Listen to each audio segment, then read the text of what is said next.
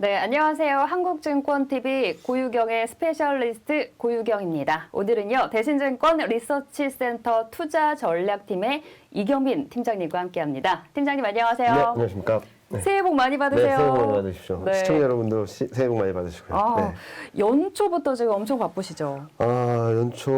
연말 연초가 되면은 많은 분들이 애널리스트들 많이 쉰다라고 생각하시는데, 네. 더 바쁜 것 같아요. 왜냐면은 또 1월 첫 해가 시작되는데, 시장 흐름들을 어떻게 갈지, 그런 전망들도 말씀을 드려야 되고, 네. 그리고 연초다 보니까 연간 전망에 대한 부분들, 1월에 대한 부분들, 그리고 전반적인 흐름에 있어서 굉장히 말씀드릴 게 많다 보니까, 네. 좀 더 바쁘지 않을까라는 생각을 하고 있습니다. 아니, 그러면 얘기 나온 김에 1월 효과부터 좀 얘기를 네. 해볼게요. 1월 효과가 있을 거라고 예상이 되고, 뉴욕 쪽은 지금 분위기가 좋은데 우리는 아직 그런 느낌이 안 보여요. 일단은 1월 효과가 왜 나오냐, 그게 미국에서부터 시작된 거예요. 미국도 한국처럼 양도소득세가 있다 보니까 12월에 많이 팔고 1월 달에 다시 사는 그런 패턴이 있다 보니까 1월 효과가 있다라고 하는데, 한국 증시도 최근 5년, 10년 통계를 보면 1월 효과가 있는 듯 보입니다. 1월 수익률을 보면 평균적으로 12개월 중에 한 네 번째로 높은 수익률을 기록하고 상승률도 60%라서 네.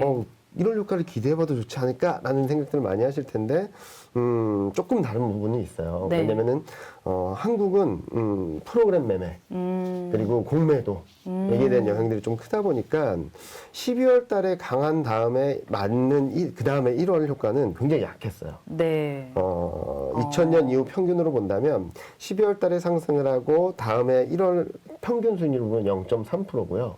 2010년 이후 평균을 보면 12월 달에 상승을 하고 1월 달에 맞는 수익률은 마이너스 0.9%였어요.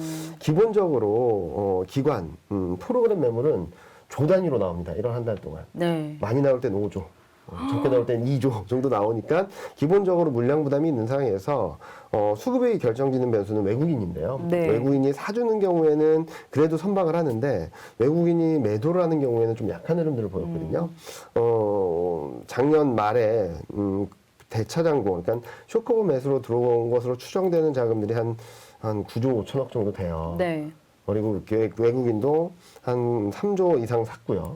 이렇게 본다면은 외국인이 1월 달에도 살 수 있을까라는 부분들에 대해서 조금 더 체크해야 될 부분이 있다라고 생각을 하고 있고요. 네. 또 하나는 1월 효과는 월 초에 1월 10거래일 내에 가장 강하게 들어옵니다. 들어온다면. 네. 그 이후에는 좀 미진하거든요. 그런 분들에 있어서 1월 효과라기보다는 연초 효과가 조금 더 있지 않을까라는 생각을 하는 거고요. 네. 또 하나는 코스닥과 중소형주의 1월 효과가 좀 뚜렷합니다. 네, 그래서 네. 종목 플레이 하시는 분들한테는 한 번의 기회가 올 수 있다라는 차원에서 말씀을 드리고 있죠. 네, 1월 효과 한 10거래일 안에 오히려 연초 효과라고 보자 얘기를 주셨는데 아직은 나타나지가 아직은, 않고 네. 있고요.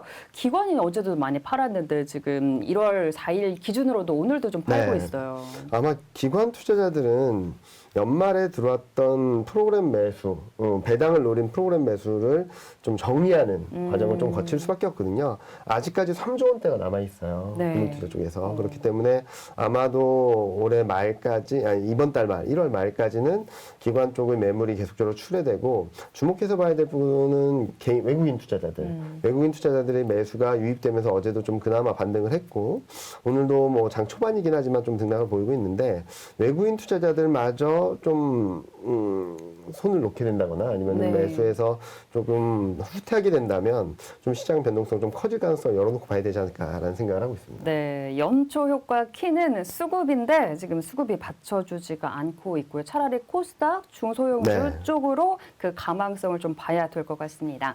자, 그러면 이제 본격적으로 시장을 들여다 볼 텐데요. 이경민 팀장님 그 연말에 나오셨을 때 2보 전진을 위한 1보 후퇴 개념으로 이제 코스피 밴드를 2,610에서 3,300으로 네. 예상을 해 주셨잖아요. 그러면 이제 어쨌든 바닥을 다지고 이제 오른다는 건데 언제쯤 그 상승의 요인, 포인트 우리가 확인을 할 수 있을까요?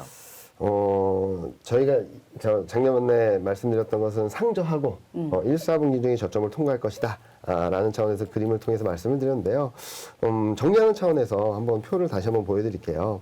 그때도 말씀드렸지만 가장 키는 공급망 병목 현상, 왜냐하면 병목 현상이 장기화됨으로 인해서 물가 부담, 물가가 레벨이 너무 많이 올라갔고 그로 인해서 연준의 통화 정책도 굉장히 매파적으로 변하고 있고 금리 인상 시점도 빨라지고 네. 경기에 대한 불안감, 특히 시등 아시아 쪽의 경기 불확실성이 더 커졌고 교육에 대한 부분들, 뭐 수출은 양호하다라고는 하지만 가격 영향을 제외하고 본다면 물량은 늘어나지 않고 있거든요. 네. 그런 부분들, 기업 이익 쪽에서도 좀 부진한 부분들이 나타나고 있고 이런 것들이 다 맞물려 있다 보니까 공급망 병목 현상이 완화되는지 여부가 가장 중요한 키다라고 생각을 하는데요.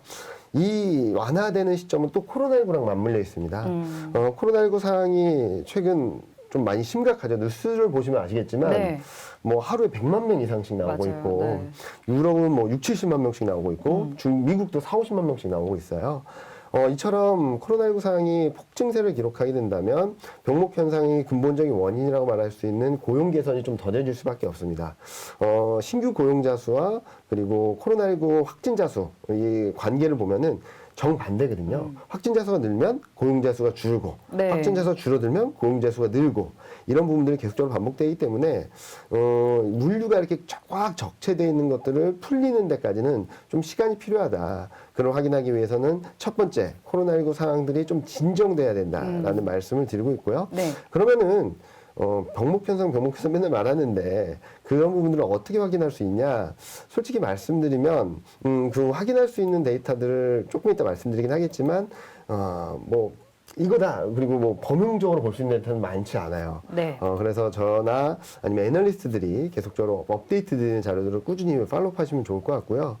그러면 언제쯤 풀릴까라는 부분들부터 말씀을 드리면 저희는 1, 4분기를 지나면서 이제 날이 풀리고 따뜻해지고 그리고 중국 동계올림픽이 끝나면서 좀 글로벌 밸류체인이라고 하죠. 서로 맞물려 있는데 미국 쪽은 물류 대란이 조금씩 후퇴하고 진정되고 중국 쪽의 가동률이나 공장이 좀 잘 돌아가면서 왜냐면은 2월 동계올림픽을 앞두고는 또 맑은 하늘을 보여주고 싶은 하는 욕심이 생길 그렇겠죠? 거예요. 네. 그러면은 공장을 많이 돌리기보다는 좀 제한을 하면서 좀 환경을 좀 생각하는 모습들을 보여줄 수 있기 때문에 네. 아마 3월을 지나면서 글로벌 전반적인 병목 현상들이 좀 풀리고 자 그럼 병목 현상이 풀리면 뭐가 변할까? 첫 번째로는 물가가 안정이 될 겁니다. 두 번째로는 경기 회복에 대한 기대감이 살아날 수 있고 교역도 가격은 좀 둔화된다 하더라도 물량 서로 주고받는 것들이 많아지다 보면은 물량이 늘어나겠죠. 네. 물량이 늘어나는 효과가 있다 보면은 교역 개선, 기업 이익 개선에 대한 기대감들이 높아지면서 저는 내년 하반기까지 계속적으로 상승세가 이어질 것으로 생각을 하고 있습니다. 네. 자, 그럼 병목 현상을 어떤 걸로 봐야 되냐? 요 그림들인데 솔직히 이 데이터들을 뭐 어디서 보긴 좀 어려워요. 왜냐하면은 저희도 유료 사이트, 그러니까 애널리스트들이나 전문가들이 보는 유료 사이트와 블룸버그라는 전문 채널에서 보는 건데 네. 저는 월간 전망이나 뭐 제가 쓰는 자료들에서 계속적으로 이 관련된 자료들을 업데이트 드리니까 그런 것들을 보시면 되는데요. 네. 요 위에 있는 그림이 뭐냐면은 글로벌 항만에서 얼마나 이렇게 묶여 있느냐. 배들이 막 떠 있다라고 많이 얘기들 나왔잖아요. 네네. 그 떠 있는 물류가 얼마나 되느냐 그림인데 여기를 한번 보시면 계속 올라가는 그림이었어요.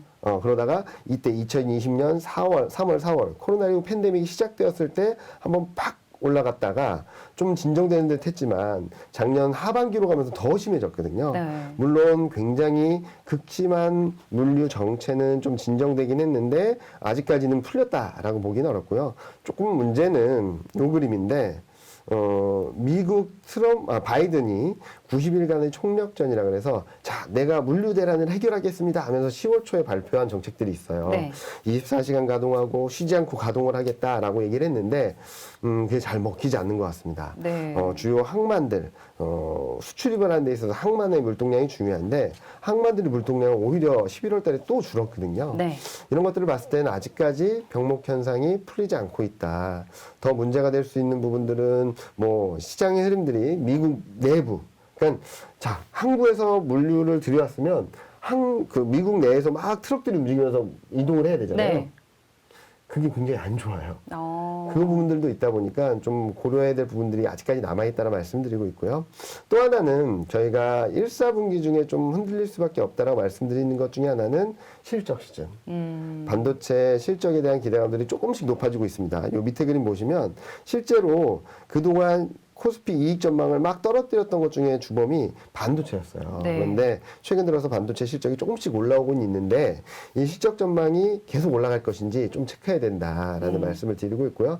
4, 4분기 실적 시즌 지나면서 조금은 실적 불안감들이 좀 커질 수 있다는 점들을 좀 고려해야 되지 않을까라는 생각을 하고 있어서 네. 병목 현상 완화 여부 그리고 실적이 여기서 턴어라운드 하는지 여부 요 두 가지가 2022년 시장 흐름이나 방향성을 결정짓는 중요한 키팩터가 되지 않을까라는 생각을 하고 있습니다. 네, 올해 증시의 키 팩터를 짚어주셨어요. 일단은 지난번에도 확인을 했지만 이경민 팀장께서는 굉장히 좀 시장을 조심스럽게 보고 네. 계신 것 같습니다.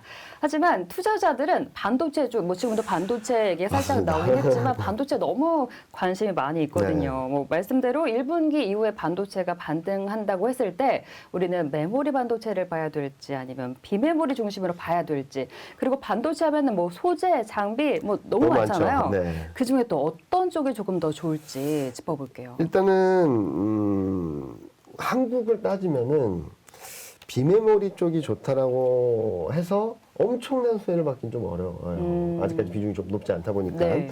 그런데 다행스럽게도 비메모리 쪽의 사업의 실적들이 좀 가시적으로 들어올 수 있는 시점이 도래하고 있거든요. 따라서 반도체는 내년에 제가 기대하는 것은 메모리 사이클이 2022년에? 2022년 네. 맞다 올해죠. 2022년에는 메모리 반도체 사이클이 업턴을 하면서 비메모리 반도체 사이클이 계속적으로 좋거든요. 네. 이게 플러스 알파 동력이 돼주면서 반도체 업황 전반적으로 좋은 그림을 만들어줄 수 있다고 생각을 합니다. 특히 소재냐 장비냐 여러 가지 말씀들을 많이 하시는데 최근까지 소재 장비 쪽들이 굉장히 많이 올랐잖아요. 네, 중소기들이. 그래서 저는 올해 계속 했는데 2022년에는 대형주. 네. 빅테크 기업이라고 할 수 있는 한국의 시가총액 1, 2위 하는 종목들을 좀 주목해서 보자. 왜냐면 앞서 말씀드렸던 것처럼 올해 2021년에 소재 장비주들의 주목을 받았던 이유는 투자가 많이 되었던 것도 있긴 했지만 큰 종목들이 지지부진하고 네.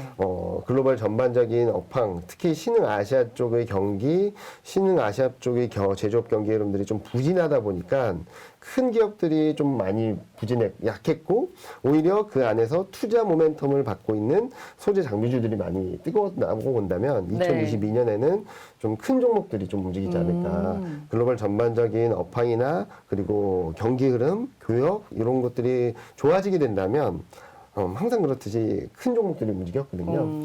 그리고 중소형주들이나 코스닥 시장이 수년 연속 이렇게 강세를 보인 적은 많지 않아요. 네. 근데 2021년에는 코스닥과 중소형주가 굉장히 뜨거웠기 때문에 2022년에는 좀 쉬어가는 과정에서 좀 큰 종목들이 움직이지 않을까라는 생각을 하고 있어서 22년에는 조금은 대형주, 네. 그러니까 지금 말고 1분기 중에는 대형주를 보자라고 말씀드리고 있는데요. 자 그러면은 이렇게 말씀드리면 지금부터 사야 되냐라고 말씀을 하실 수도 있는데 좋아질 거라면 사야 되나? 네, 생각 들죠.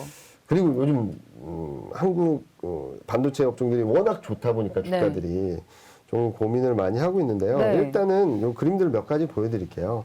좋은 건 맞아요. 그리고 제가 말씀드렸던 1, 4분기 후에 좋아질 거라는 그림들은 굉장히 펀더멘탈적으로 기업 이익이나 업황이나 사이클적으로 굉장히 좋아지는 그림은 맞습니다. 그런데 아직까지 반도체 업종의 코스피 대비 상대 강도는 좀 추세를 완전히 벗어났다라고 보긴 좀 어렵고요.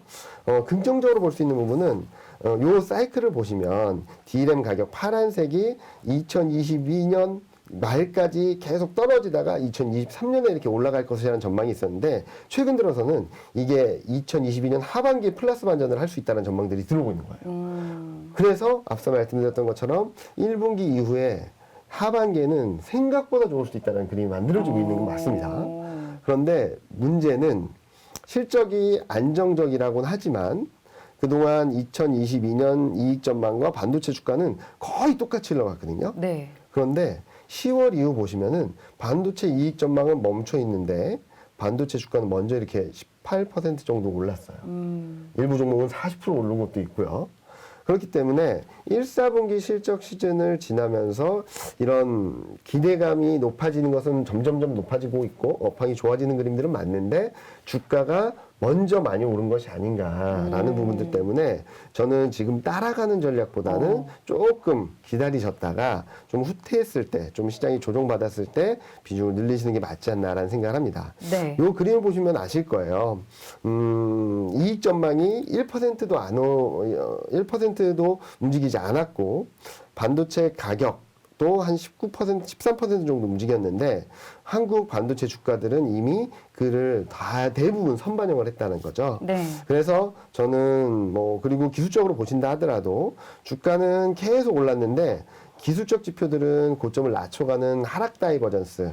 그러니까 시장이 더 이상 상승하는 힘이 점점 약해지고 있습니다라는 시그널들이 나오고 있어서 여기서 더 고점을 벗기고 더 올라가기보다는 좀 일정 부분 되돌리는 과정이 좀 필요하지 않을까. 좀 낮게는 한 6, 7%, 좀 깊게는 한 10% 정도의 조정이 있을 수 있기 때문에 그때를 좀 노리고 네. 대응을 하자라는 차원에서 말씀드립니다. 네. 결론적으로 말씀드리면 2022년 하반기에는 진짜 좋을 것 같아요. 근데 추격 매수하기는 좀 부담스럽다. 네. 좀 쉬었을 때 그때 비중을 늘려가는 게 맞지 않을까. 그러면은 지금 팔아야 되냐? 투자 성향이나 그런 것들에 따라서 좀 다르긴 한데 네. 지금 주가 수준에서 7에서 10% 조정은 충분히 감내할 수 있다고 하시는 분들은 무방합니다. 지금 레벨보다 더 높이 올라갈 테니까요. 그런데 그런 것들을 좀 피했다가 좀 매매 비중을 좀 트레이딩 관점에서 접근을 하고 싶다라고 하시는 분들은 좀 비중을 줄였다가 좀 저점권에서 좀 조정이 있을 때 비중을 늘려서 단가를 낮추는 전략도 좋을 수 있다라고 보니까 저는 지금 수준에서 추격 매수는 자제하자 네. 쪽으로는 말씀을 드리고 싶습니다. 네, 반도체주 관심도 많으시고 좋아하시는 분들이 굉장히 많으시기 때문에 일단 올해 하반기에 너무 좋을 거다라는 얘기는 좋아하실 것 같습니다. 그 중에서도 이제 반도체 대형주, 빅테크주, 코스피 1, 2위 종목들이 이제 좋을 것으로 예상을 해주셨는데요. 지금 근데 일단 많이 올랐기 때문에 네. 추격 매수는 아니고 조금 더 조정을 노려보시면서 매수를 하거나 아니면 정말 길게 손해가 좀 당장 나더라도 감내할 수 있다 하는 분들 계속 끌고 나가는 그런 전략 말씀 주셨으니까요. 여러분들 투자에 큰 참고 됐으면 좋겠습니다. 자, 그리고 이제 다른 업종을 좀 얘기를 해볼 텐데 지난번 방송에서 투자 순위 하단에 좀 배치를 하시긴 했는데 금리 인상 이제 본격화 올해 되면 금융주, 자산주, 지주사, 건설 이런 가치주도 나쁘지 않을 것이다 이런 의견을 주셨단 말이에요. 그러면 가치주 매력 어느 정도 있을까요? 쉽지 않은 판단이긴 한데 네. 일단은 말씀드려 볼게 물가가 많이 올랐다라고 해서 가치주가 무조건 좋을까요? 아니 그건 아닐 것 같아요. 그렇죠.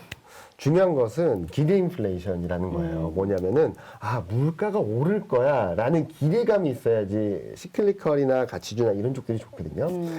한번 보시면은 물가가 하반기 내내 계속 고점을 높여왔는데 가치주들은 별로 안 좋았어요. 네.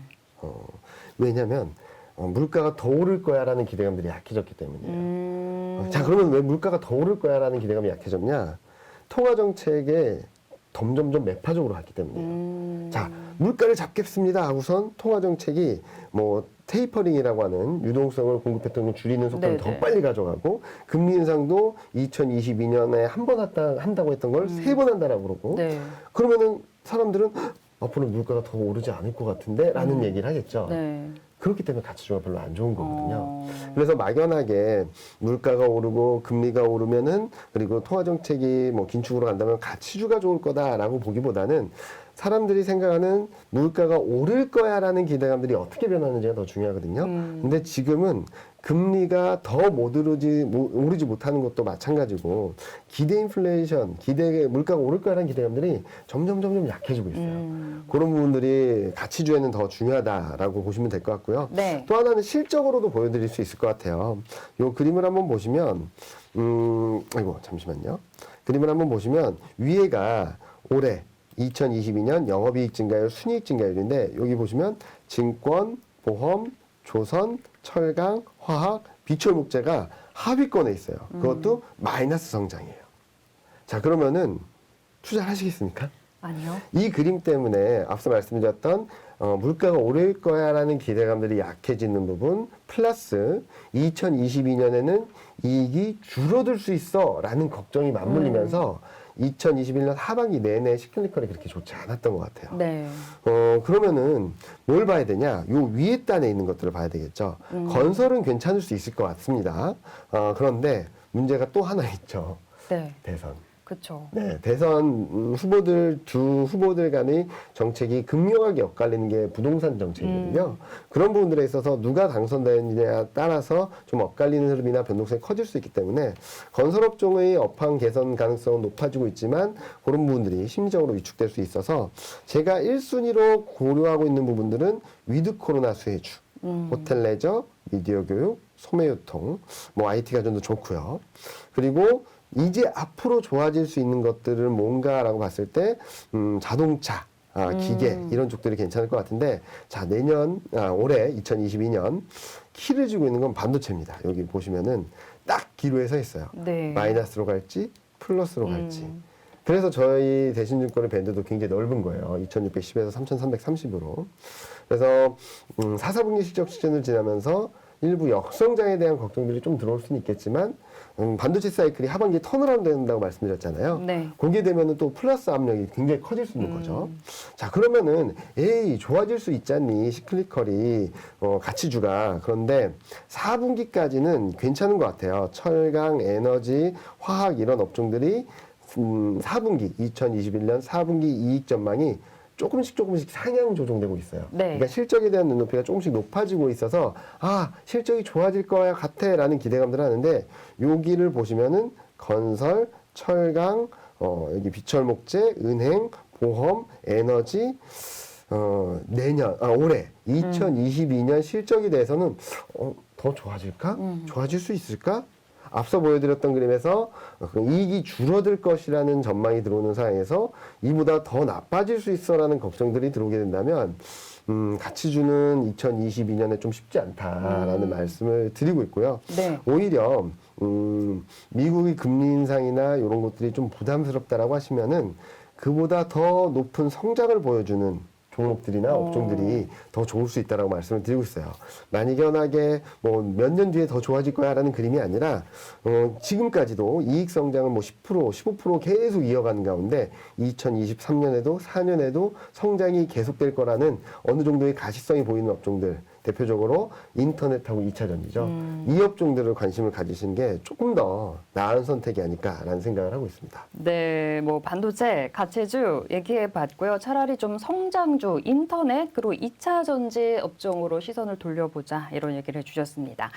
다양한 얘기, 뭐 시장 얘기, 업종 얘기 나누고 있는데요. 사실 이제 주식 투자 인구가 특히 뭐 작년 재작년에 네. 엄청 늘었고 엄청 늘면서 초보 투자자분들 이제 주린이 분들도 많이 계시는데 해외 투자에도 진짜 맞습니다. 관심을 많이 가지고 계시거든요. 오늘 뭐 새 뉴욕 쪽 첫 거래일만 해도 애플이랑 테슬라는 진짜 기염을 토했잖아요. 네네. 우리 시장 대비해서. 그러면 국내 주식에서 어느 정도 경험을 쌓고 해외 주식에 투자하는 게 좋을까? 아니면 이제 바로 하는 것도 괜찮을까요? 투자하시는 분들에 따라서 좀 다르긴 한데, 포트폴리오라 그러죠. 그러니까, 투자를 한 군데 집중, 뭐, 그런 말도 많이 하지 않습니까? 계란을 한 바구니에 담지 마라, 라는 말이 있던 것처럼, 하나에 완전히 다 들어가기보다는 좀 분산 투자하시는 게 좋을 것 같아요. 종목 대응, 코스피 시장에서 종목 대응도 한 종목에 완전히 몰입돼 한 종목에 다 투자하는 것보다는 좋은 종목들 여러 가지로 나눠서 한다면 뭐 주가 수익률 안정성이나 변동성에도 좀 방어가 될 수 있는 부분들이 있고 그런 차원에서 본다면 한국, 미국, 중국 이런 주식들 글로벌 주식들에도 일정 부분 편입을 하셔서 가지는 게 좋을 것 같다라는 말씀 많이 드리고 있어요. 네. 그런데 그러면은 2022년에는 미국 주식을 많이 투자해야 될까? 한국 주식을 많이 투자해야 될까? 그러니까 비중을 어느 정도 나눠야 되는지. 저는 2022년에는 한국 주식을 좀 많이 투자하자. 2021년에 안 좋았던 것만큼 네. 좋을 것이다. 네. 자, 되돌아가 볼게요. 네. 2021년 1월 달에는 좋았죠. 어떤 얘기를 했었나요? 모두들? 삼성전자 10만 원 간다고 난리 났었죠. 그리고 모두들 미국 필요 없어. 한국 사면 돼. 동학개미 네. 막. 자, 그때 거꾸로 했다면 수익률이 어떻게 됐을까라는 생각을 해보신다면 조금은 이해가 되실 것 같아요. 지금도 한쪽으로 굉장히 많이 쏠리는 것 같아요. 미국 주식이 답이다. 한국 필요 없어.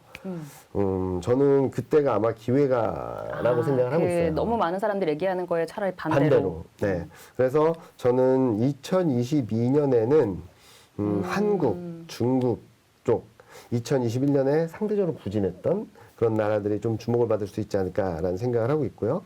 그렇다고 해서 미국을 버려야 되냐? 미국이 못 간다는 건 아니에요. 근데 상대적 수익률에 의해서는 2022년에는 한국 주식이 좀 더 좋을 수 있다. 2020년에는 한국 주식이 글로벌 넘버 원이었습니다. 그렇죠. 네. 그렇죠. 2021년에는 하위권이었고요. 2022년에는 또 한 번이 반전이 만들어지지 않을까라는 생각을 하고 있어서 글로벌 투자는 일정 부분 하시는 게 좋은데 직접 투자를 못 하신다면은 뭐 펀드라든지 ETF라든지 이런 쪽으로 투자를 하시는 게 맞는데 비중을 따진다면 2022년에는 한국 주식 비중을 조금 더 높이시는 게 네. 유리하지 않을까라는 생각을 하고 있고요. 미국 주식보다도 신흥아시아 중국이나 대만이나 한국이나 이런 쪽들이 조금 매력적이다라고 생각을 하고 있어요. 그 이유 중에 네. 하나는 지금까지 경제 성장률을 보면 굉장히 이례적으로 2022년 4분기랑 2021년 4분기랑 2022년 1분기에 신흥아시아 GDP 성장률보다 미국이나 유럽 GDP 성장률이 높았어요. 굉장히 이례적이거든요. 신흥국 GDP 성장률이 선진국보다 못한 상황이라서 선진국으로 집중될 수밖에 없었고 그중에서도 미국에 집중될 수밖에 없었는데 이제 2022년 2분기부터는 바뀝니다. 네.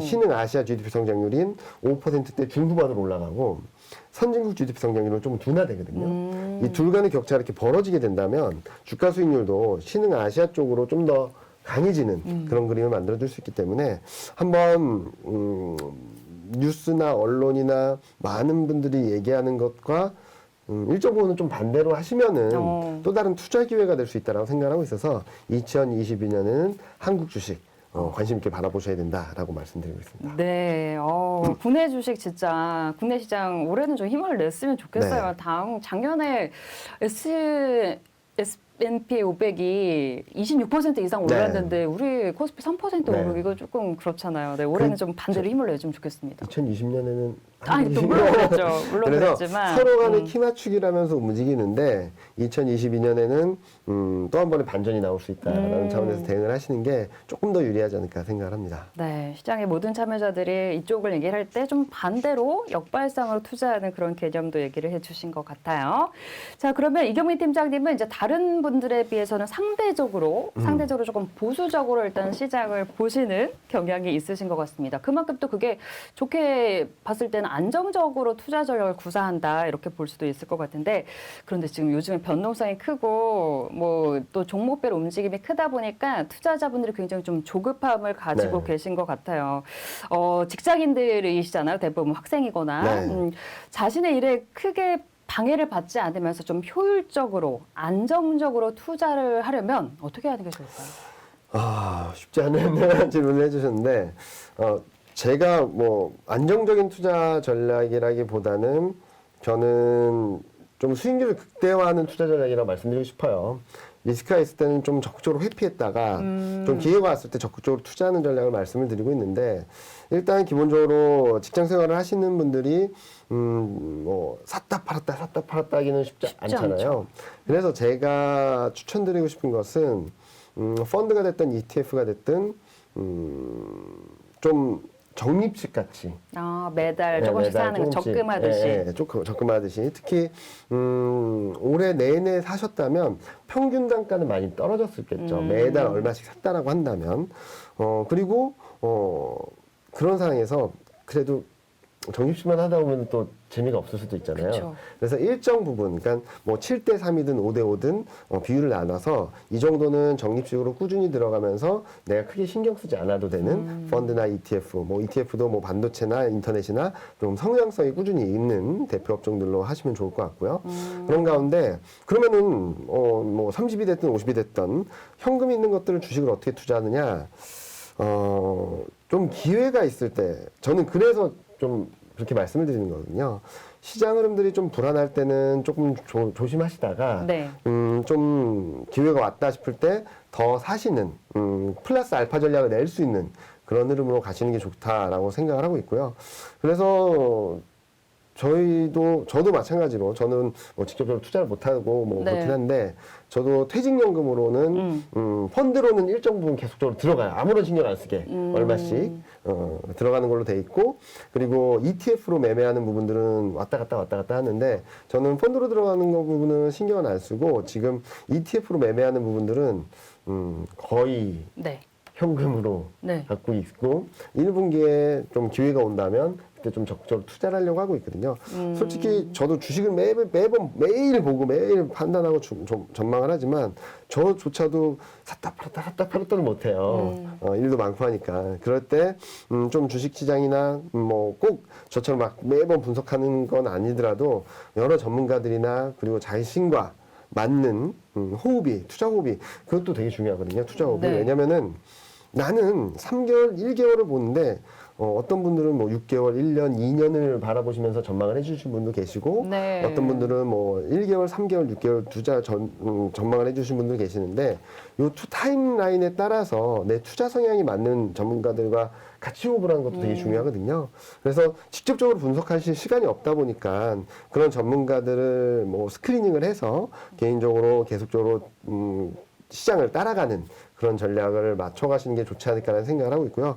솔직히 종목 투자는 네. 제가 자꾸 시장 얘기하고 뭐 ETF 얘기하고 하는 이유는 종목 투자는 쉽지 않을 수도 있어요. 특히 직장인분들은 공부를 하셨다면은 저는 굉장히 좋은 투자 방법이 될 수 있겠지만 그런 시간이 여유롭지 않으신 분들은 오히려 시장 흐름을 통해서 대표주를 산다 하더라도 적금이나 아니면 웬만한 투자 상품보다 훨씬 더 높은 수익률을 거둘 수 있거든요. 그렇게 투 트랙으로 일정 부분은 적립식, 그리고 일정 부분은 기회가 있을 때마다 플러스 알파를 내는 전략으로 가져가신다면, 업무든 업무대로 하시고, 투자에 대한 스트레스를 좀 제한하는 가운데, 적금이나 일반적인 투자 상품보다는 훨씬 더 높은 수익률을 거둘 수 있는 네. 방법이 되지 않을까라는 생각을 합니다. 네. 가끔 가다 보면은, 에이, 네. 망했어 라고 했을 때, 나도 모르게 들어가고 있던 펀드가 한 1, 2년 뒤에는 수익률이 엄청나게 났을 수도 있더라고요. 대표적인 케이스가 주변에 또 계시는데 네. 자기는 펀드랑 잘 맞다고 계속 말씀을 하세요. 알고 봤더니 펀드는 적립식으로 자기가 신경 쓰지 않아도 계속적으로 단가를 낮추면서 몸집을 불리고 있다가 시장이 움직일 때 확 튀니까 되게 커 보이는 거거든요. 근데 개인적으로 투자를 하다 보면 계속적으로 흔들리죠. 네. 샀다 팔았다 하면은 결국에는 직장 일을 하시는 분들은 그렇게 그리고 뭐 종목이나 이렇게 디테일하게 공부하시기에 어려우신 분들은 펀드 수익률이 좀 더 높을 수도 있다는 것들 말씀을 드리고 있어서 주식 투자에 되게 적극적이신 분들도 기본적으로 적립식으로 하는 펀드나 아니면은 ETF 투자는 일정 부분 가져가시는 게 좀 안정적이지 않을까라는 생각을 하고 있습니다. 네, 이렇게 해서 이경민 팀장님에서 이제 뭐 스트레스 받지 않고 좀 안정적으로 개인 투자자들이 투자할 수 있는 방법도 좀 알아봤습니다. 굉장히 좀 안정적인 성향이시잖아요. 그리고 뭐 앞서서도 ETF 얘기 나올 네네네. 때마다 그리고 증권가에 몸담고 계시면 당장 그 직접 종목 투자를 못 하시니까 네. 연금 ETF를 맞습니다. 활용해서 투자하고 계시다 이런 얘기를 해주시기도 하셨었는데 요즘에 진짜 ETF 관심이 많죠. 뜨거워요. 네. 국내 ETF 활용하는 투자 팁? 괜찮은 국내 ETF? 어떤 게 있을까요? 일단은 어떤 ETF가 좋다라고 말씀드리기보다 최우선적으로는 거래 대금을 봐야 돼요. 아, 그래야지 이게 수익이 좀 더 많이 날 수 있으니까. 수익이 나는 것도 그렇고 매매가 원활합니다. 아, 사고 팔고가. 네네. 그리고 최근 들어서 굉장히 뜨거운 ETF가 더 주목받는 것 중에 하나가 액티브 ETF들이 막 나오고 있잖아요. 테마라든지 업종이라든지 섹터 ETF들이 막 출시되고 있어서 그런 것들에 대한 관심들을 가지시는 데 있어서도 거래 대금을 좀 보시면은 네. 좀 하나의 투자 팁이 될 수 있고요. 자, 그리고 좀 타임라인을 좀 정하셔야 될 것 같아요.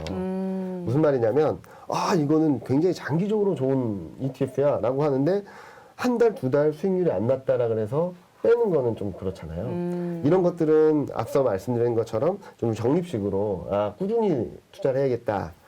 예를 들어서 뭐 메타버스라든지 이런 관련된 섹터 테마 ETF들은 그런 식으로 접근을 하시고 많은 전문가들이나 투자자들이나 반도체 사이클 여러 가지들을 봤을 때 뭐 2022년에는 이런 섹터가 좋대. 그러면은 6개월에서 1년 정도 투자 시기를 갖고 뭐 반도체, 자동차 뭐 이런 업종들을 보시면 좋을 것 같고요. 그런 식으로 좀 타임라인을 구분지어서 업종이나 장기 성장 이런 것들을 좀 고려해서 액티브 ETF도 좀 선택을 하시는 게 좀 맞지 않을까라는 생각을 하고 있고요. 네. 기술 ETF는 그냥 펀드를 하셔도 좋으니까 인덱스 펀드를 하셔도 좋고 인덱스 ETF도 좋은데 저는 ETF에서는 엣지를 낼 수 있는 것은 섹터라든지 테마성 ETF들을 조금 더 주목하시는 게 좋다라고 말씀드리고 있고 또 하나는 주목을 하시는데 거래량 거래대금이 충분히 들어오는지 를 보셔야 될 것 같아요. ETF도 너무 많다 보니까 너무 어떤 많죠. ETF를 보다 보면은 거래가 원활하게 되지 않는 경우도 많아요. 그래서 내가 사고 싶은 가격에 잘 못 사고 내가 팔고 싶은 가격에 쉽게 팔 수도 없는 그런 흐름들이 나타날 수도 있어서 최대한 거래대금이 충분한 큰 ETF들을 관심을 가져보시고 그런 것들을 좀 관심 있는 것들을 리스트에 펴놓으신 다음에 매매 타이밍이나 이런 것들을 좀 눈여겨보시고 대응을 하시고 타임라인에 따라서 투자 시기에 따라서 적립식으로 할지 샀다 팔았다 할지 이런 것들을 좀 타임라인을 잡아가신다면 조금 더 수월하게 하시지 않을까 생각합니다. 지금 뭐 ETF 관련해서 힌트를 주신 거를 듣다 보니까 뭐 떠오르는 게 뭐 메타버스, 2차 전지, 친환경차 이런 네. 것들이 떠오르는데 맞나요? 맞습니다. 네. 그런 업종들을 보면은 좋아질 수밖에 없는 섹터인 것 같아요. 그런데 문제는 뭐냐? 이렇게 그림이 좋아진다라고 해도 주가는 이렇게 움직여요. 네. 45도로 이렇게 움직인다면 이거는 작전주밖에 없습니다. 그렇기 때문에 사람 투자자들의 심리, 수급, 쏠림 현상으로 인해서 성장이 이렇게 우상향한다고 하더라도 주가가 이렇게 똑바로 가는 게 아니라 팍 튀었다가 추세선보다 또 낮아졌다가 다시 올라갔다가 또 튀어오르고 또 밀리고 이런 그림을 보여주고 있거든요. 그래서 장기 투자를 하시는 데 있어서는 조금은 장기 성장성에 투자하는 업종들은 뭐 이 변동성에 휘둘리지 않을 정도의 적립식으로 대응을 하시는 게 맞지 않을까 또는 네. 비중 조절하면서 대응하는 게 맞지 않을까라는 생각을 하고 있고요. 많은 분들이 또 레버리지 맞죠. ETF들 좋아하실 네. 것 같은데 그거는 진짜 짧게 보셔야 돼요. 진짜 짧게 보셔야 되는데 왜냐하면 쉽게 말씀드릴게요. 어떤 종목이 50% 떨어진다라고 하면은 이 50% 떨어지는 것을 원금 복구하기 위해서는 더블이 나야 돼요. 그렇죠. 그렇기 때문에 레버리지 ETF를 통해서 올라갈 때 짧게 먹을 수는 있겠지만 떨어졌다 올라갈 때는 그만큼 쉽지 않은 흐름이 나올 수 있거든요. 왜냐하면 레버리지라 하더라도 떨어진 만큼 복구하는데 그 2배 이상의 힘이 필요한 거니까. 그래서 뭐 레버리지 ETF 잘 하시는 분들도 계시겠지만 그냥 막연하게 레버리지 ETF를 장기 투자하시는 거는 네. 절대 아니다. 라고 말씀드리고 싶습니다. 네, 뭐 ETF 투자할 때는 거래량 거래 대금을 꼭 필수로 체크를 하시면서 기본적으로는 길게 보시는데 레버리지 ETF는 좀 짧게 보자 네. 이렇게 좀 정리를 해드리도록 할게요. 이경민 팀장님은 늘 큰 그림을 이렇게 그려주시면서 이제 시장을 분석해 주시고 투자 전략을 세워주고 계십니다. 뭐 우리가 투자 전략을 세울 때 큰 그림을 봐야 되는 거, 숲을 봐야 되는 건 당연한데 또 개인 투자자분들, 줄이는 분들도 너무 큰 그림 보다가 네. 막상 본인 투자해서 수익을 또 못 내는 경우도 많이 있으시거든요. 네. 특히 초보 투자자들은 그 조절을 잘 못하는 경우가 많이 있는데 그럼 이 거시적인 경제 이거는 투자에 어느 정도 참고를 하는 게 좋을까요? 자, 이렇게 말씀드려야 될지 모르겠는데 일단 짚고 넘어야 될 부분들은 초보 투자자, 주식 투자를 처음 하시는 분들이 내 목표 수익률이 어느 정도인지를 먼저 설정하는 게 중요한 것 같아요. 내 목표 수익률이 많은 분들이 그렇게 얘기하세요. 얘 적금보다 한 2~3배, 한 9에서 10%면 최소 막 10%는 되지 않을까. 라고 네. 하시면은 시장 대응만 하셔도 충분합니다. 네, 그런데 여기서 어떤 사람들은 뭐 어떤 종목으로 뭐 30% 났대, 어떤 종목으로 50% 더블이 났대, 막 그런 네. 얘기를 듣다 보면은 종목에 대한 욕심이 생기시는 거죠. 그런데 초보 투자자분들은 기본적으로 주식시장에 무조건 뛰어들면 수익이 난다는 건 아니에요. 승자는 극히 적습니다. 그렇기 때문에 충분히 공부를 하셔야 될 것 같고, 만약에 공부가 어려우면은 앞서 또 말씀드렸던 것처럼 호흡이 맞는 투자 전문가들, 채널, 그리고 방송 이런 부분들을 자기와 투자 스타일이 맞는 사람들을 좀 찾아가는 게 맞지 않을까라는 생각을 하는 거고요. 자, 그러면은 종목 투자하시는 게 좋을까? 또는 거시적인 흐름을 보는 게 좋을까? 저는 공부를 충분하게 하실 수 있는 분들은 점점 종목 투자 비중을 늘려가셔도 괜찮을 거라고 생각을 해요. 네. 그런데 그렇지 못하다. 나는 직장 생활도 바쁘고, 그런데 주식 투자를 해서 예적금보다, 그리고 일반적인 투자 상품보다 좀 높은 수익률을 거두고 싶다라고 하시는 분들은 시장의 흐름들은 기본적으로 읽으시는 가운데 넣었다 뺐다 할 수 있을 정도의 감각은 유지하시는 게 좋을 것 같다는 말씀을 드리거든요. 네. 자, 종목 투자하면은 더블 수익이 날 수도 있지만 잘못하면 반토막이 날 수도 있고요, 한순간에. 잘못하면은 뭐 작은 종목을 하시다 보면 상장 폐지가 될 수도 있고, 뭐 여러 가지 그러니까 긍정적인 요인들만 보면 한없이 긍정적이지만 부정적인 요인들만 보면 또 한없이 부정적인 거예요. 그래서 초보 투자자분들이 종목에 너무 욕심내지 않으셨으면 좋겠다. 저는 그렇게 말씀드리고 싶어요. 네. 뭐 워낙 종목을 잘 봐주시는 분들이 있어서 그런 분들과 같이 호흡을 하시면 좋겠는데, 그런데 막연하게 종목 투자를 해서 30%, 50% 더블을 낸다라는 것보다는 잘 따라가면서 잘 공부하면서 대응을 하시면 좋겠다라고 말씀드리고 있고요. 여기서 팁 하나를 드리면, 네. 제가 다른 방송에서도 가끔 말씀을 드리긴 했는데, 솔직히 재무제표를 다 하나하나 분석하면서 투자하기는 어렵잖아요. 개인 투자자들한테 좀 어렵죠. 네, 그리고 그런 것들은 많은 전문가들이 읽어주세요. 많이 해석을 해주시고. 네. 그런 것들을 공부를 하시면서 좀 습득을 하시면 좋을 것 같고요. 매매 기술에 있어서 중요한 것 중에 하나 팁을 드리면, 일간 차트나 주간 차트나 월간 차트나 이동평균선을 50하고 200으로 놓고 한번 보시면 좋을 것 같아요. 이게 외국인이 보는 이동평균선입니다. 스탁차트닷컴이라는 외국계 사이트를 가면은 기본적으로 세팅되어 있는 게 50일, 200일이에요. 50주, 200주, 50개월, 200개월. 그리고 또 하나는 외국 언론들을, 특히 미국 쪽 언론들을 보면은 골든 크로스, 데드 크로스를 말하는데 전부 다 50일, 200일 가지고 얘기합니다. 우리나라처럼 5일, 20일, 60일, 120일 가지고 말하는 나라는 없어요. 네. 그래서 내가 사는 종목이 이렇게 주가가 가고 50일이 가고 200일이 간다면 크게 걱정 안 하셔도 돼요. 네. 그런데 만약 이렇게 잘 가던 종목이 갑자기 50일을 깨버렸다. 그럼 좀 조심해야 되는 거죠. 그래서 많은 분들이 종목을 추천받아 가지고 산다 판다라고 하시는데, 제가 만난 분 중에 한 분은 종목이 70몇 개가 되는 거예요. 백화점이네요, 진짜. 네. 근데 왜 안 파셨냐 그랬더니 경제방송이나 있는 데 봤을 때 다 사려고만 하지 팔라는 시점을 말 안 해줘서 그냥 들고 있다라고 하시는 거예요. 대부분 말해 주실 텐데, 목표 주가를. 목표 주가 말씀드리는데 매도 타임을 놓치니까 플러스 30% 났던 게 어느 순간에 마이너스가 나니까 팔질 못하겠다는 거예요. 그래서 묵혀놓고. 그래서 또 다른 거 추천하면 그거 사시고 묵혀놓고 계속 그러셨던 것 같아요.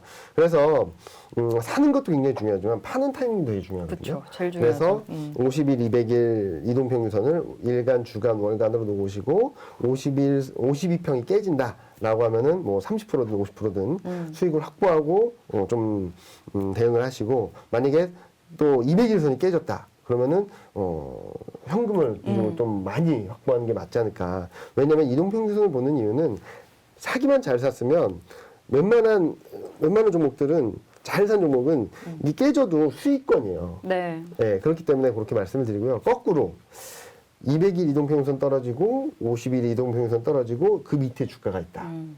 그러면은 섣부르게 접근하면 좀 안 되는. 네. 오히려 이 종목들은 갖고 계시다면 반등할 때마다 좀 정리를 하셨다가 좀 분위기가 바뀐 다음에 들어가셔도 충분히 수익을 낼 수 있는 그런 기회다라고 생각하고 있어요. 많은 분들이 최저점에 잡고 싶은 욕심들이 많으세요. 너무 욕심이죠, 근데. 네, 근데 말 그대로 욕심입니다. 저도 최저점을 맞출 수 없어요. 그래서 제가 코스피밴드를 2610에서 3330으로 말씀드리지만 전 2700이 깨지는 시점부터는 좀 매수 관점으로 대응하자는 말씀을 드릴 수 있거든요. 왜? 2610이 바닥입니다 라고 말할 수 없어요. 그렇기 때문에 그런 식으로 좀 대응을 하시면 좋을 것 같고요. 그러면 왜 200일 이동평균선, 50일, 그리고 이 주가 이렇게 막 흘러가는데 얘는 왜 반등시 매도를 해야 되냐? 튀어 올라갈 수 있지 않냐? 튀어 올라간다 하더라도 옆에서 이렇게 오랜 시간을 거쳐요. 시간이 필요하거든요. 왜냐면 이렇게 떨어졌던 추세를 이렇게 돌리는 데까지 시간이 걸리기 때문에 네. 저는 50, 200 이평선은 이동평균선을 놓고 한번 보유하고 계신 종목, 좋게 보시는 종목, 그리고 좋게 봤던 종목 이런 것들 한번 꼼꼼히 따져보시면 아 이때 이래서 꺾였구나 시장이 이때 이래서 더 못 올라갔구나라는 것들을 좀 공부하실 수 있을 것 같거든요. 그래서 저는 여타 방송이나 아니면 강의에서도 이런 것들 네. 계속 말씀을 드리는데 나중에 시간이 한번 되면은 그런 것들을 좀 예를 들어서 한번 차트로 보여드리도록 하겠습니다. 네, 우리나라에서는 5일, 뭐 20일, 120일 뭐 이렇게 많이 보는데 네. 미국은 50일, 200일 200일. 평선을 많이 본다. 네. 이것도 저도 좀 처음 알았네요. 이경미 팀장께서 오히려 지금 초보 투자자들, 주린이들을 위한 투자 팁을 알려주신 것 같아요. 네. 원래 질문은 그 거시적인 경제를 얼만큼 참고를 해야 되냐 그거거든요. 얼만큼 참고해야 된다? 그건 정답은 없는 것 같아요. 네, 근데 저는 기본적으로 알고 가야 된다. 알긴 알아야 된다. 네, 기본적으로 깔고 가야 된다라는. 그러니까 이 부분 종목 대응에 수월하신 분들은 뭐 문제가 없을 것 같아요. 시장에 빠지든 오르든 좋은 종목들을 찾아내시는 능력이 있으신 분들은 전혀 문제가 없는데 투자에 조금 익숙지 않고 처음에 접근하시는 분들은 기본적으로 시장 흐름들이 어떻게 되는지를 알고 가시는 게 맞는 것 같아요. 왜냐면은, 이렇게 투자하시는 분들은 앞서 말씀드렸던 것처럼 적립식을 하시다든지 그럴 때 완전히 추세 하락, 2년 내내 하락하는 추세에 있어서 나는 1년 동안 투자를 해야지 그러고선 하시면은 좀 쉽지 않을 수 있거든요. 네. 그렇기 때문에 기본적으로 지금은 시장이, 경제 환경이 다운턴인가, 하락하는 과정인가, 올라가는 과정인가, 모멘텀이 좋은가, 나쁜가, 시장은 추세적으로 상승을 하고 있는가, 추세적으로 하락하고 있는가, 이런 것들을 좀 거시적인 관점에서 경제나 외환이나 이런 것들을 좀 돌아보시면서 좀 대응을 하시면 좋지 않을까라는 생각을 하고 있고요. 종목 대응 분명히 좋습니다. 그렇지만 섣부르게 접근했다가는 또 많이 힘들 수도 있거든요. 네. 그래서 초보 투자하시는 분들한테는 기본적으로 거시적인 흐름들을 좀 읽은 다음에 그 다음 스텝으로 종목 투자하시면서 종목 매매 패턴도 좀 기르시고 그렇게 가져가시는 게 맞지 않을까. 퍼센트로 나누기 쉽지 않은데 기본적으로 깔고 가자라는 쪽으로는 좀 꼭 말씀드리고 싶습니다. 네. 투자에 어느 정도 이제 참고를 해야 되는지도 알아봤습니다. 그리고 이경민 팀장님을 제가 처음에 섭외할 때는 몰랐는데 굉장히 항상 애널리스트 순위의 상위에 항상 이름이 랭크 되시는 분이시더라고요. 네. 몰라 뵀는데 아닙니다. 그만큼 진짜 많은 투자자분들이 이경민 팀장님의 그런 시각에 조언에 관심을 가지고 있다라고 봐야 될 것 같습니다. 그러면 이제 많은 투자자분들에게 조언을 드릴 때 가장 중점을 두는 부분 어떤 게 있을까요? 조언을 드릴 때는 가장 먼저 질문을 드리는 것 중에 하나는 왜 투자하시나요? 왜 투자하냐고? 은행 이자보다 좀 나은 수익률을 위해서라고 하시겠죠, 대부분. 그러시면서 연간 수익률이 10%, 11%에 만족하시지 못하는 분들이 대부분이에요. 네. 그래서 내 목표 수익률을 잘 정하시고 내 투자 시계 6개월 동안 할지 1년 동안 할지 5년 동안 할지 10년 동안 할지 요 투자 시계를 좀 정하시는 게 좀 맞지 않을까라는 생각을 하고 있고요. 조언을 드리자면 너무 조급해하지 말자. 주식시장은 매일매일 열립니다. 그렇죠. 매일매일 열려요. 내 주식 비중이 항상 100%일 이유는 없어요. 그리고 현금도 어떻게 보면 투자 수단이 될 수 있습니다. 현금을 어느 정도 있어야지 기회가 왔을 때 또 대응을 할 수 있거든요. 현금도 종목이다. 네.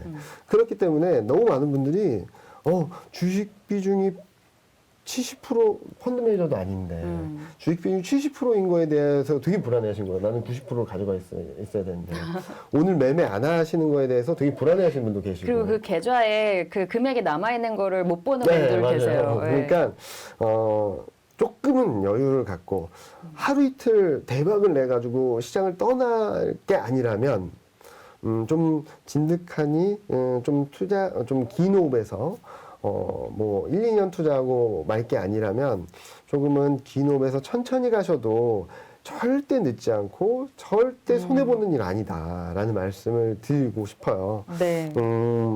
워낙 많은 개인 투자자분들이 많이 주식시장으로 유입되셨고 들어오셨고 뛰어드셨는데 2020년과 같은 그런 급등 장세는 10년에 한 번 올까 말까한 장세예요. 그런 장세를 10년을 더 있어야 되나요? 아니요, 참. 10년을 더 있어야 된다는 게 아니라 이게 일반적이라고 생각을 하면 안 된다는 거죠. 이게 굉장히 난이도가 쉬웠던 시장이라고 볼 수 있는데 이 난이도는 최하입니다. 이제 난이도는 점점 어려워질 수 있어요. 그런 상황에서 왜 이때처럼 안 가라는 생각보다는 왜 안 가지? 그럼 뭐 때문에 안 가지? 어떤 이유 때문에 이런 흐름이 나오지? 이런 것들을 시간을 조금이라도 내셔서 요즘 많은 컨텐츠들이 있지 않습니까? 네. 그런 것들을 좀 찾아보시면서 대응을 하시면 좋지 않을까라는 생각을 하고 있고요. 네. 절대로 조급해하지 말자. 주식시장 매일매일 열리고 돈 벌 기회는 계속 있고 만약에 글로벌 금융시장이 안 좋아진다라고 해도 돈 벌 기회는 있습니다. 달러를 투자라든 여러 가지 투자 수단들이 많아요. 그러니까 제가 앞서도 거시적인 경제들을 좀 계속적으로 깔고 가자는 말씀드린 알아야 이유는 된다. 주식이 대폭락을 할 때 달러가 급등을 하면서 막 수익이 날 수도 있는 기회가 있거든요. 그래서 저는 전략을 하면서 좋은 부분 중에 하나는 이럴 때는 요쪽, 이럴 때는 저쪽 주식이 아니더라도 투자할 수 있는 수단이 많고 그에 맞춰서 ETF들이 굉장히 많아요. 그렇죠. 이제는 주식 ETF뿐만 아니라 상품 ETF들도 정말 많아지고 있거든요. 그렇기 때문에 거시적인 경제를 공부를 하시면서 조금은 천천히 스텝을 밟아가신다면 아마도 남들보다 조금은 느릴 수 있어도 꾸준히 누적되는 수익률은 5년 뒤, 10년 뒤에 갔을 때 훨씬 더 안정적이고 높아질 수 있다는 말씀을 드리고 싶습니다. 네, 이렇게 새해 첫 출연이신 만큼 오늘 정말 다양한 투자 얘기, 경제 얘기 좋은 말씀 많이 해주신 것 같아요. 올해도 한국증권TV에서 다양한 좋은 시장 전망 해주셨으면 좋겠고요. 시장이 좀 확실히 좋아져서 우리 2020년 얘기 지금 몇 번 했는데 그쵸. 2020년 봄처럼 진짜 이경민 팀장께서 스트롱 바이 이렇게 외치는 날이 오면 좋겠는데 올해 스트롱 바이 들어볼 수 있을까요? 올해 아마 올해도 봄이 되면서 아마 그러지 않을까. 3월? 3월 정도, 빠르면 2월 후반 정도는 되지 않을까라는 생각을 하는데요. 저는 그렇기 때문에 최근 좀 베어리시한 전망을 말씀을 드리고 현금 비중을 좀 늘려가자는 말씀을 드리는 거지 이제 시장이 끝났다라고 말씀드리는 건 아니거든요. 그래서 여유가 있어야지 어느 정도 여유가 있어야지 기회가 왔을 때 잘 잡을 수도 있다라는 차원들을 좀 생각을 하시고요. 그리고 좀 전에 말씀드렸던 것처럼 현금도 종목이다. 현금 비중을 확보하고 있어야지 기회가 왔을 때 잘 포착할 수 있고 그렇다고 말씀드리고 있고요. 그런데 꼭 이때입니다라고 말씀드리기가 어려울 것 같아요. 왜냐면은 계속적으로 저도 지금 체크를 하고 데이터를 보면서 시점을 가늠을 하고 밴드를 가늠을 하고 있는데 아마도 봄이 되면 좀 더 명확한 시그널을 드릴 수 있을 것 같다라는 말씀을 드릴 수 있을 것 같고 네. 그리고 그 다음에 나오는 상승 흐름들은 많은 분들이 생각하시는 것보다 좀 강할 수 있다.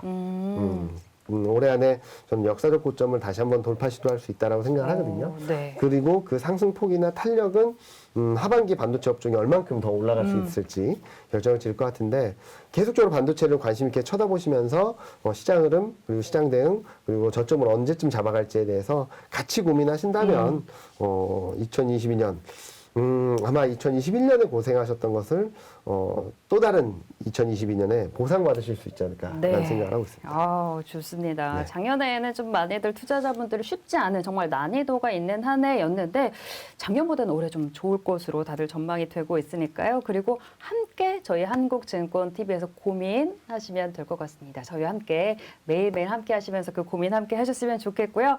자, 고유격의 스페셜리스트 오늘은 대신증권 리서치센터 투자전략팀의 이경민 팀장님과 함께했습니다. 네, 다음에 또 다시 만나길 바라면서 같이 인사드릴게요. 네, 함께해 주신 여러분 감사합니다. 감사합니다.